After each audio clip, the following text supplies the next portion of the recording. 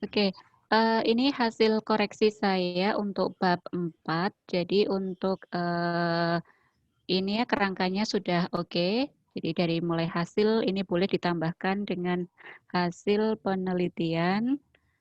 Kemudian ini kayaknya belum warna hitam deh, nanti dicek lagi. Nih, nah hitam ini.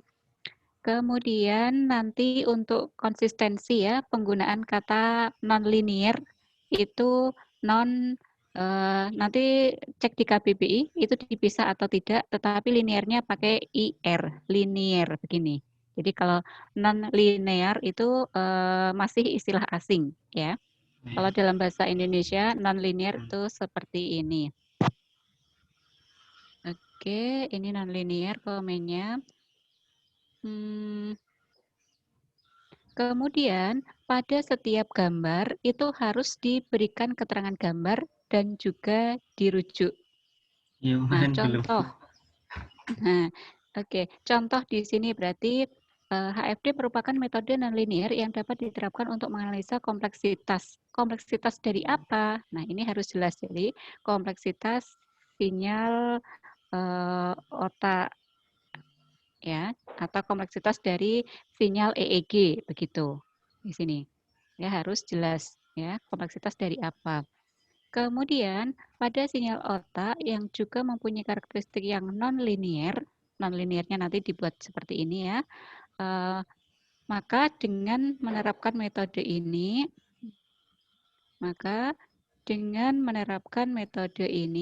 diharapkan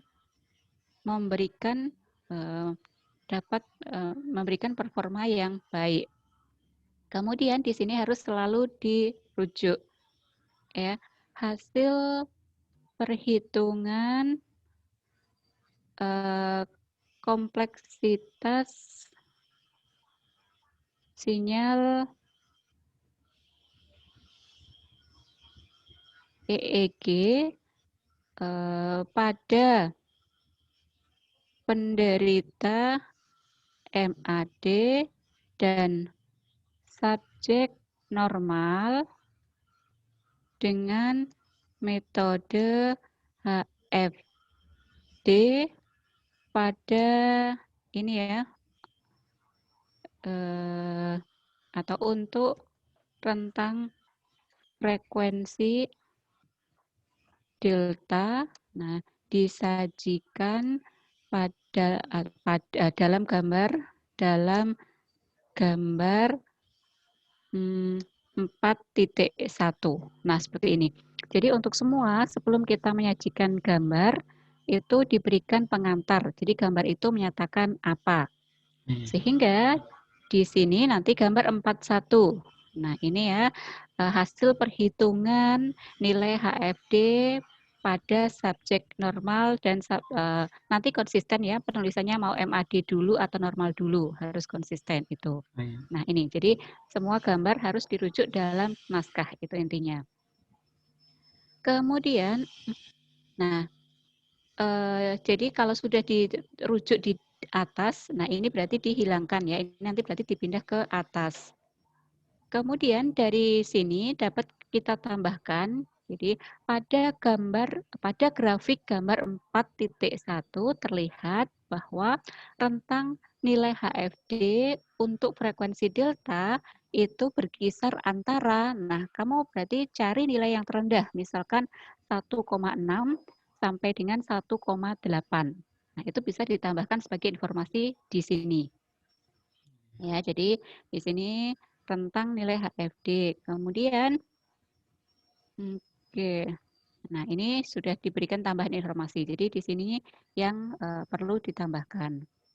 Kemudian yang kedua, nah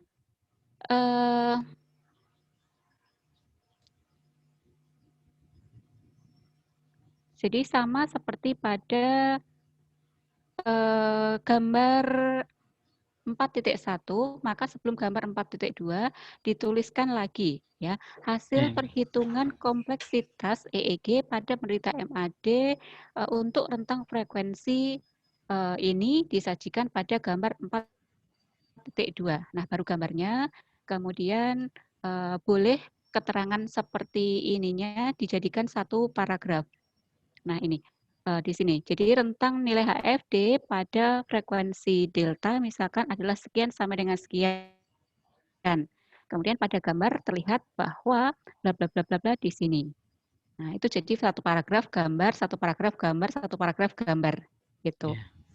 Kemudian saran saya untuk susunannya itu diurutkan ya berdasarkan rentang frekuensinya.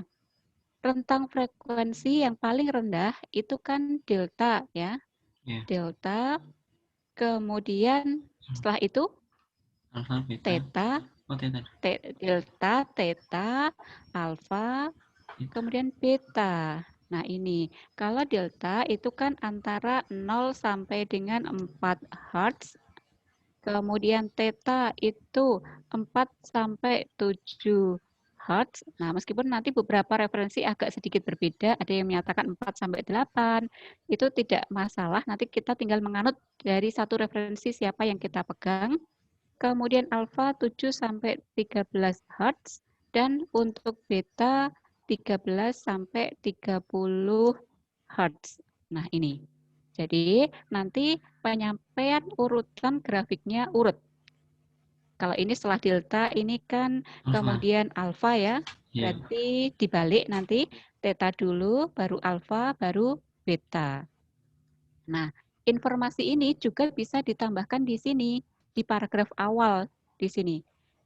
Kita menggambarkan dulu di paragraf awal HFD itu metode apa, gunanya untuk apa, mengapa menggunakan HFD. Kemudian pada analisis ya perhitungan kompleksitas itu nanti dibagi menjadi 4 rentang ini, dan ini. Nah, baru nanti setelah satu paragraf sebagai paragraf utama pembuka, baru nanti paragraf berikutnya apa ini menyajikan narasi ya untuk grafik 1 ya. Kemudian grafik 1. Jadi urutannya saya sekalian nanti tinggal nambahkan di sini.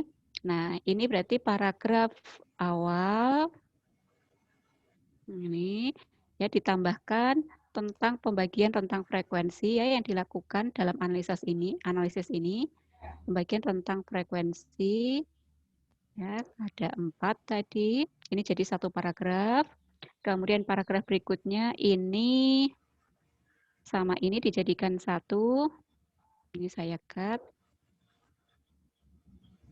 Nah, ini jadi satu di sini, nanti kalimatnya diatur ulang lagi, biar nggak double-double. Kemudian grafik 41, ya. Kemudian narasi lagi di sini. Cut, narasi. Nah, berarti nanti delta dulu ya, theta dulu, maaf, theta dulu, kemudian alfa dan seterusnya. Jadi susunannya adalah narasi, grafik, narasi, grafik, narasi, grafik sampai di akhir. Ya, sampai di sini bisa dipahami ya? Iya. Oke.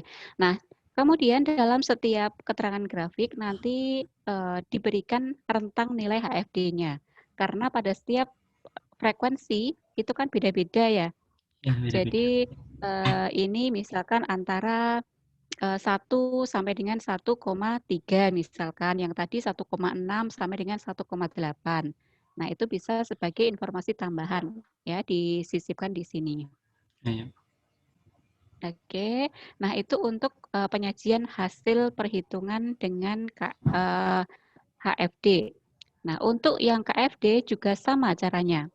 Jadi paragraf pertama mengintroduce tentang KFD itu apa, dan nanti analisisnya juga dibagi menjadi 4 rentang frekuensi tadi. Nah, setelah itu paragraf berikutnya adalah paragraf yang menjelaskan gambar, berarti 4.5 ya. Nah, ini. Jadi 4.5, kemudian grafik, kemudian keterangan lagi untuk KFD theta, ya, kemudian grafik, ya ini sama saja nanti urutannya diubah dulu. Theta dulu, baru alfa. Nah, sama sampai ke belakang itu seperti itu. Oke. Kemudian yang ketiga, hasil yang ketiga yaitu hasil uji Mann-Whitney test. Nah, untuk tabel juga sama. Jadi di bagian atas itu diberikan keterangan tabel.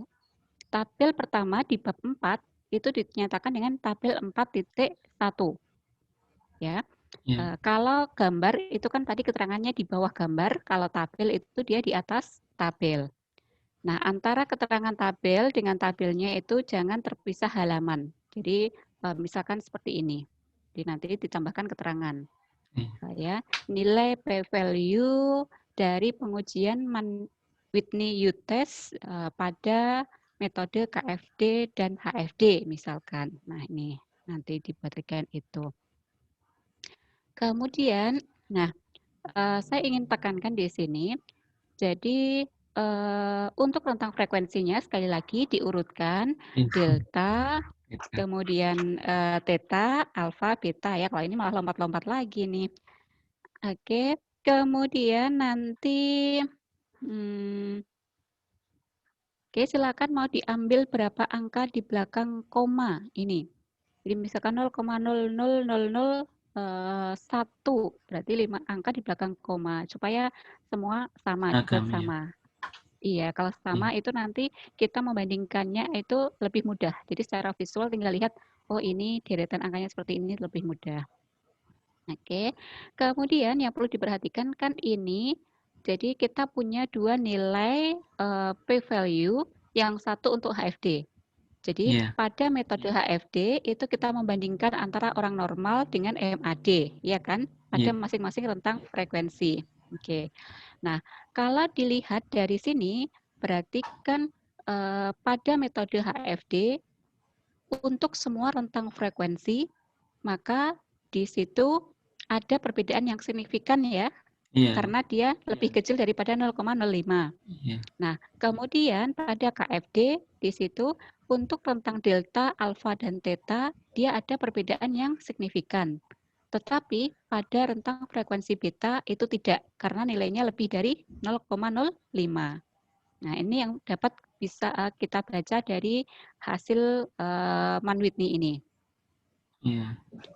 Nah, pada tabel dapat diketahui bahwa pada rentang frekuensi beta tidak terdapat perbedaan. Nah, perbedaan antara apa? Jadi kalimatnya tadi dibuat seperti yang saya sampaikan tadi. Ya, jadi hasil uji Mann-Whitney untuk metode HFD diperoleh bahwa pada keempat rentang frekuensi ya delta, theta, alfa, beta diperoleh nilai p-value kurang dari 0,05 ya. Nah, kemudian pada pengujian dengan metode KFD di situ pada rentang frekuensi delta, alfa, dan theta diperoleh nilai p-value kurang dari 0,05, sedangkan pada rentang frekuensi beta diperoleh nilai p-value lebih dari 0,05. Nah, begitu. Jadi dari situ dapat disimpulkan bahwa untuk metode KFD pada rentang frekuensi beta berarti tidak terdapat perbedaan ya nilai kompleksitas antara subjek MAD dan subjek normal gitu. Jadi kalau membuat kalimat jangan putus-putus, ini terdapat perbedaan. Perbedaannya apa yang beda? Itu harus jelas ya. Baik. Oke. Kemudian yang berikutnya anak pembahasan ya. Ini jadi kalau ini subbabnya itu harus geser ke sini ya, sejajar dengan ini ya. Oke. 421-nya sejajar dengan 42. Oke. Perhitungan HFD.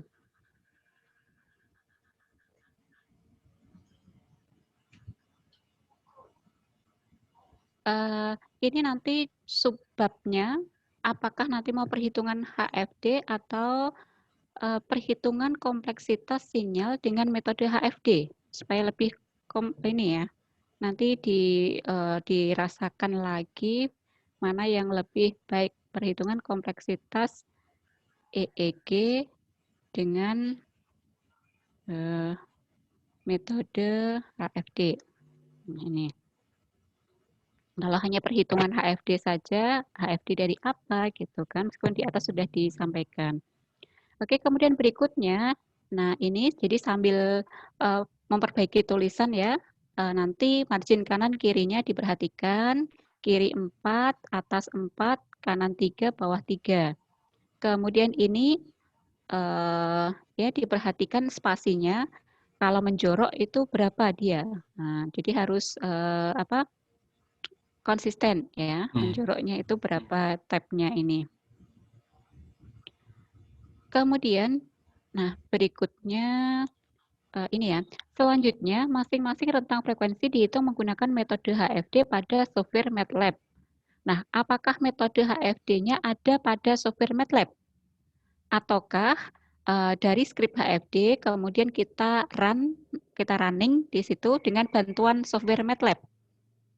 Skrip. Nah, itu kan kalimat yang berbeda ya. Jadi bukan metode HFD pada software MATLAB.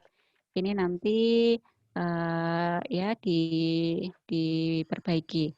Nah, kemudian juga disampaikan di sini skrip HFD yang digunakan itu merujuk yang ini ya dibuat oleh siapa gitu, dan nanti dirujuk juga di sini skrip metode skrip HFD yang digunakan dalam penelitian ini seperti yang tercantum pada lampiran ya, nanti disampaikan di lampiran, nanti dibuat lampiran 1 misalkan skrip metode HFD, lampiran 2 skrip metode KFD gitu, karena mungkin sama-sama Higuchi mungkin yang ada perubahan. Nah, itu kan mungkin dilakukan oleh orang lain dengan melakukan modifikasi itu ada. Nah, kita juga disebutkan di sini. Jadi metode HFD yang telah dimodifikasi untuk ya dimodifikasi disesuaikan dengan inputan data kita. Karena yang dibuat oleh Higuchi kan untuk inputan EEG mereka yang tipikalnya berbeda. Nah, itu bisa disampaikan di sini. Jadi nanti di pembahasan itu bisa lebih panjang. Jadi kenapa ya kompleksitas dihitung dengan menggunakan fractal dimension. Fractal dimension bisa macam-macam ya, diantaranya HFD dan KFD. Nah, HFD yang digunakan di sini merujuk pada yang dilakukan oleh Higuchi. Nah, Higuchi itu digunakan untuk menghitung apa HFD pada subjek apa misalkan. Kemudian dia menggunakan EEG jenis apa. Nah, itu nanti kita bisa bercerita banyak di sini. Oke, kemudian ini ditambahkan yang di sini rentang durasi waktu yang dianalisis kan 2 menit. Nah, 2 menit ada berapa data? Berarti kan 2 kali 60 detik ya, kali 128. Itu total datanya, ya kan? Karena frekuensi sampling kita 128, ya makna dari frekuensi sampling itu adalah data yang diperoleh atau diakuisisi selama 1 detiknya itu 128 data gitu. Jadi nanti bisa disajikan di sini. Kenapa? Kalau orang hanya membaca 2 menit itu seolah-olah kecil, waktunya sedikit. Tetapi kalau kita berbicara data itu kan cukup besar ya, 2 kali 60 kali 128 data.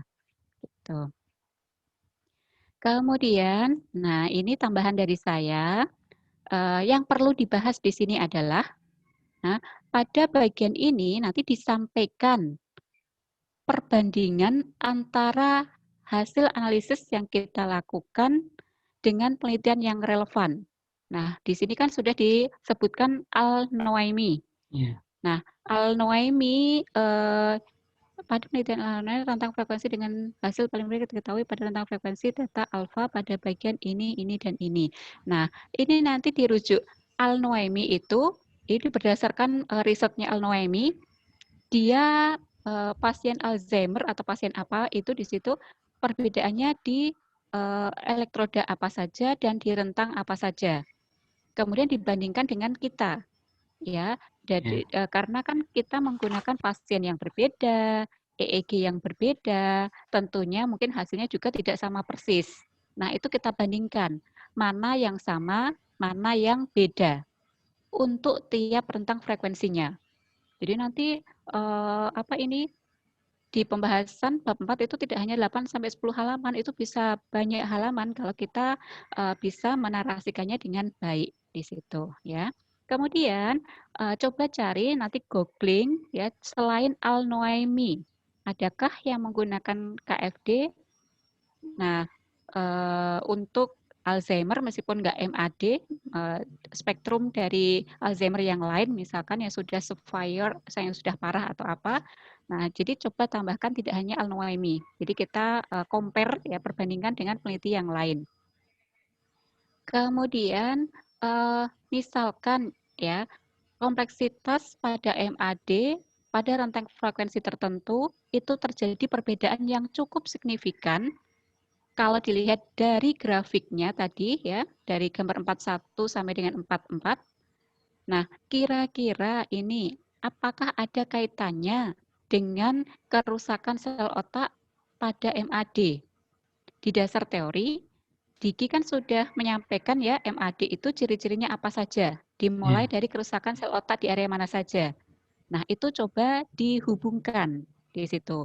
Pada MAD itu gejalanya apa, area otak yang mana yang mulai rusak, kemudian kita cek dari hasil kita, apakah di area tersebut ada perbedaan signifikan antara MAD dengan orang normal tidak.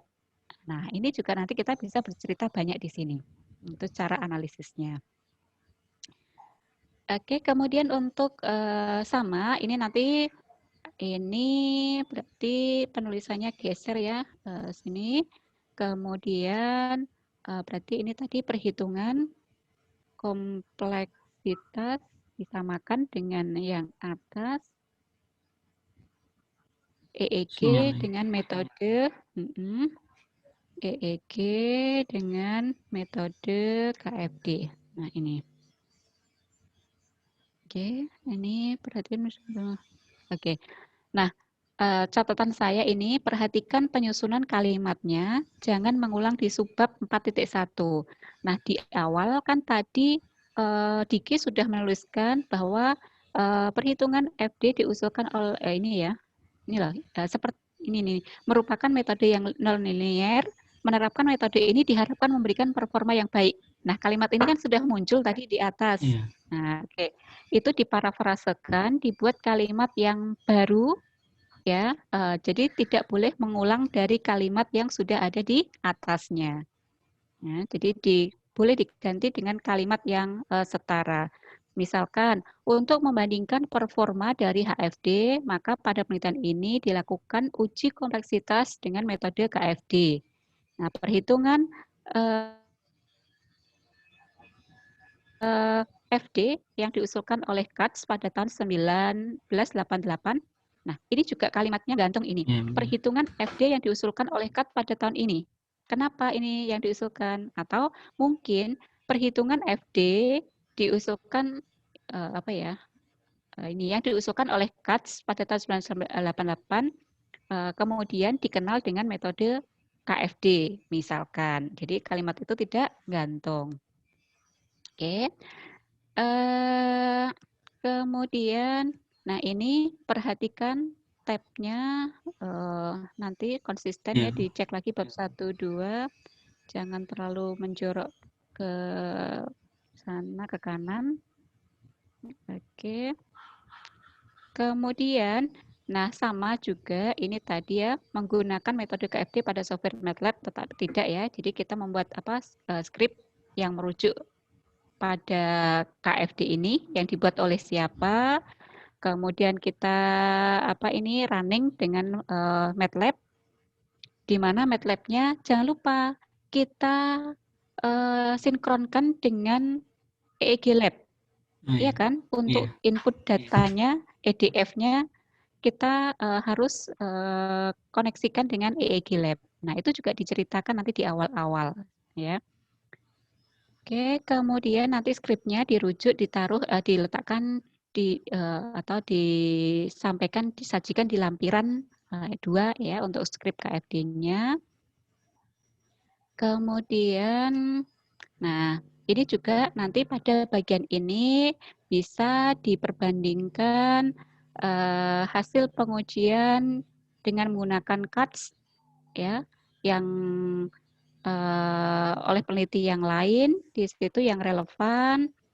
Kemudian tadi kita punya satu rentang frekuensi ya, pada frekuensi apa tadi yang beta ya? Beta. Agak salah. Yang tidak ada perbedaan signifikan. Nah, kira-kira itu bagaimana? Kemudian nah ini jadi nanti dicari penelitian-penelitian yang relevan untuk membahas ini. Oke, ya. Pada bagian ini kamu juga bisa membahas dari masing-masing grafik ya. Dari masing-masing grafik tadi itu bisa diuraikan dalam satu paragraf. Misalkan grafik KFD untuk rentang delta. Nah, kamu bisa membahasakan di sana. Contoh, ini saya ambil yang paling bawah, pada rentang theta. Nah, di sini terlihat ya, berdasarkan grafik gambar 4.8 misalkan terlihat hampir pada seluruh elektroda perbedaan antara nilai CATS, nilai KFD antara subjek MAD dan normal itu tidak terlalu signifikan perbedaannya. Nah, ada 2 elektroda yang paling menonjol, yang nilainya lebih tinggi dibandingkan yang lain, yaitu di sini, ya, AF3 dan F4. Nah, di sini kan justru MAD-nya ini lebih tinggi dibandingkan oleh orang normal. Nah, itu kan istilahnya ada apa ya, keanehan data. Nah, itu bisa dibahas ya. Kenapa mungkin seperti itu? Sambil dicari-cari ini di area frontal, di area theta. Nah, karena ini bisa dihubungkan dengan ini ya. Pada orang penderita Alzheimer itu pada kondisi rileks ya, dia spektral dayanya itu justru tinggi di rentang frekuensi yang rendah seperti di delta dan theta. Yang seharusnya kalau orang normal itu pada keadaan rileks spektral dayanya yang paling tinggi itu harusnya di alfa. Nah, jadi ada kemungkinan di sini kenapa kompleksitas theta lebih tinggi pada MAD untuk rentang theta karena itu tadi. Jadi spektral dayanya itu bergeser ke rentang frekuensi yang lebih rendah. Jadi di situ dia lebih kompleks dibandingkan dengan yang alfa misalkan, alfa seperti itu. Nah, itu bisa menjadi pokok bahasan sendiri. Jadi satu grafik ini itu bisa kamu bahas menjadi 1 sampai 2 paragraf. Satu grafik 1 sampai 2 paragraf. Bahasnya urut ya, yang dari delta dulu, theta, alfa, beta. Cara membahasnya seperti tadi. Jadi baca dari masing-masing grafiknya. Yang menghasilkan nilai KFD yang paling tinggi elektroda mana? Kira-kira kenapa di area situ? Nah, ini ya. Ini grafiknya bisa banyak memberikan makna yang bisa kita analisis. Oke, itu.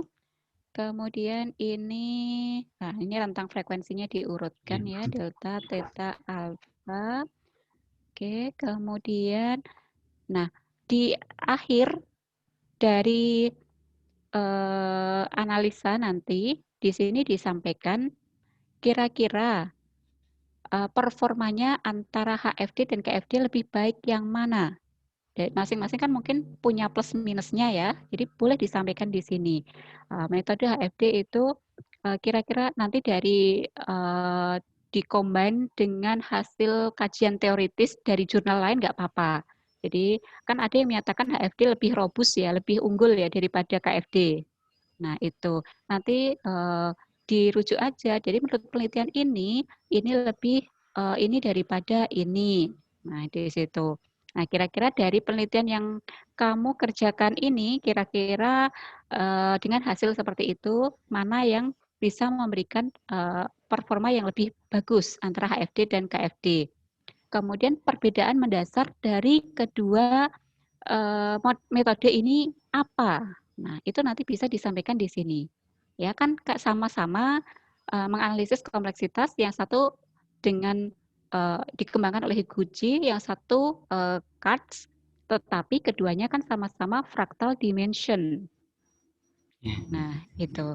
Nah, jadi letak perbedaannya itu sebenarnya di mana dalam menganalisis dengan kedua metode ini.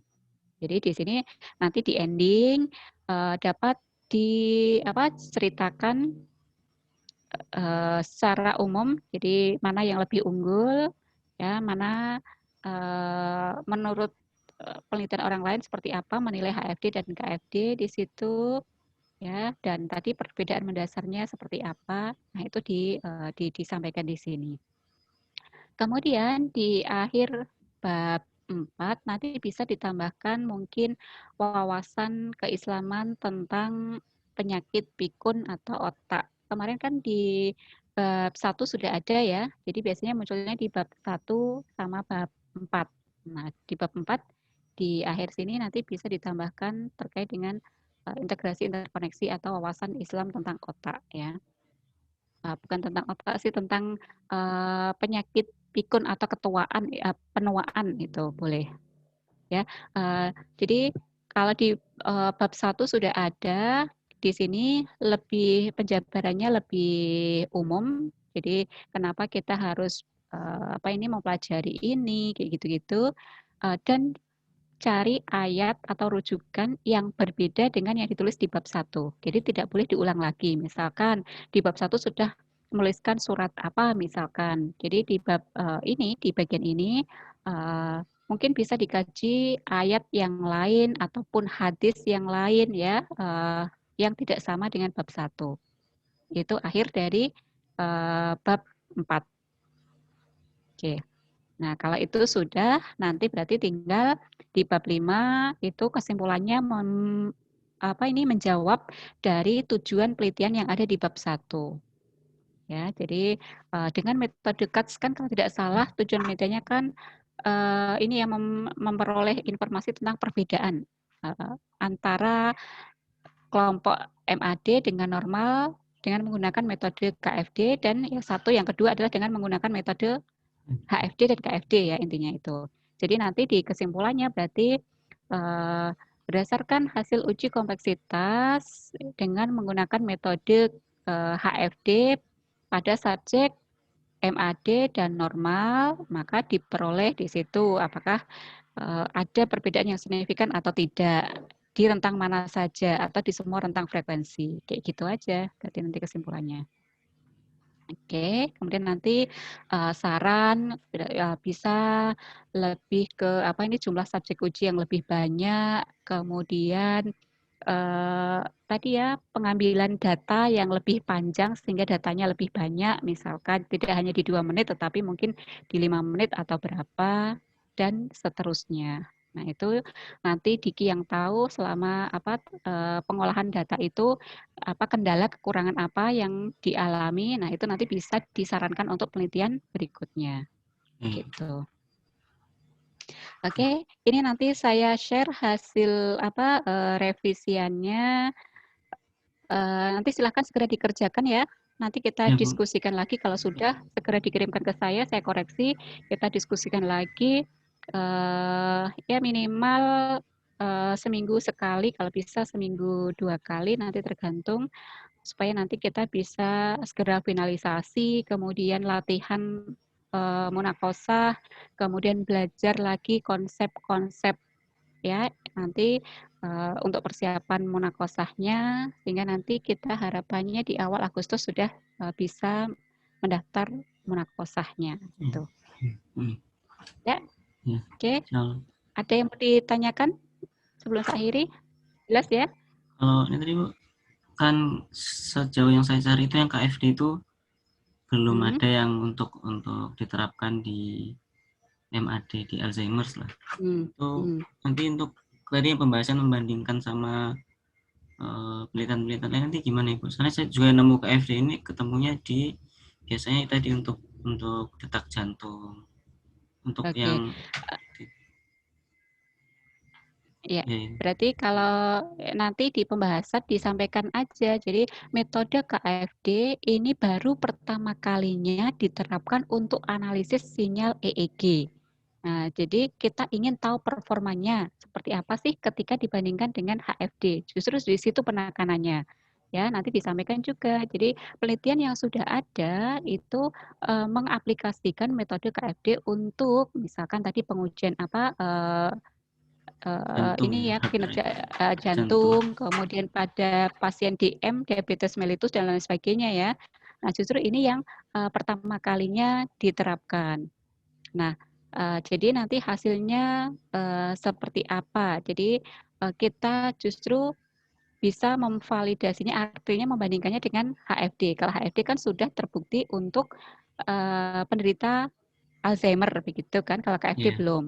iya, Nah, itu. Jadi kalau di situ berarti kalau kita simpulkan kan metode KFD kalau kita anggap HFD itu adalah sebagai kalibratornya ya, yang alat standarnya, metode standarnya. Maka dapat kita lihat di situ KFD mampu digunakan untuk menguji kompleksitas sinyal EEG pada Alzheimer, uh, tetapi di situ hanya ada satu perbedaan kan dari 4 rentang frekuensinya tadi, iya. ya dari alfa, theta, delta, theta, alfa, beta hanya ada satu yang berbeda, sedangkan tiganya itu menunjukkan pola tren yang sama, ya, yang semuanya itu ada perbedaan signifikan berdasarkan hasil uji statistik. Nah, itu bisa dikompil seperti itu nanti kalimatnya. Baik. Ini Oke. coba saya nyari lagi dulu.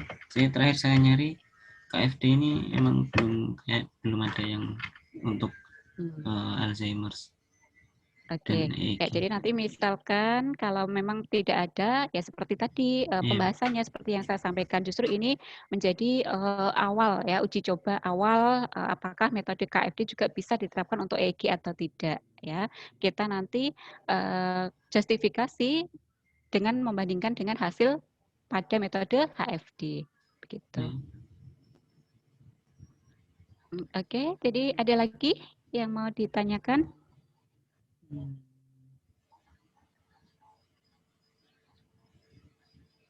Oke ya, jadi segera dikerjakan saja. Jadi nanti sambil bekerja pasti nanti akan tahu apa ini yang belum paham sebagian mana, ini seperti apa, nanti kita koreksi lagi, direvisi lagi seperti itu sampai dengan mendapatkan hasil yang bagus ya untuk Iya, dipublish. baik. Gitu. Oke, nanti kalau ada bagian-bagian yang belum begitu jelas bisa diputar lagi video recordingnya ya nanti untuk bagian-bagian mana yang harus direvisi. Iya. Ini sementara Baik. tadi susunannya saya copy paste, saya ubah-ubah, nanti dikembalikan lagi, Iya, disusun ulang lagi. iya. Oke, ya kalau sudah tidak ada, saya cukupkan sekian. Ini hari Senin, jadi segera dikerjakan 2-3 hari. Nanti saya koreksi di akhir weekend. Mungkin kalau memungkinkan di hari Jumat atau Sabtu kita bisa diskusi lagi supaya cepat Baik. progresnya. Iya. Oke, ya. Iya. Ya, saya akhiri ya. Iya, Bu.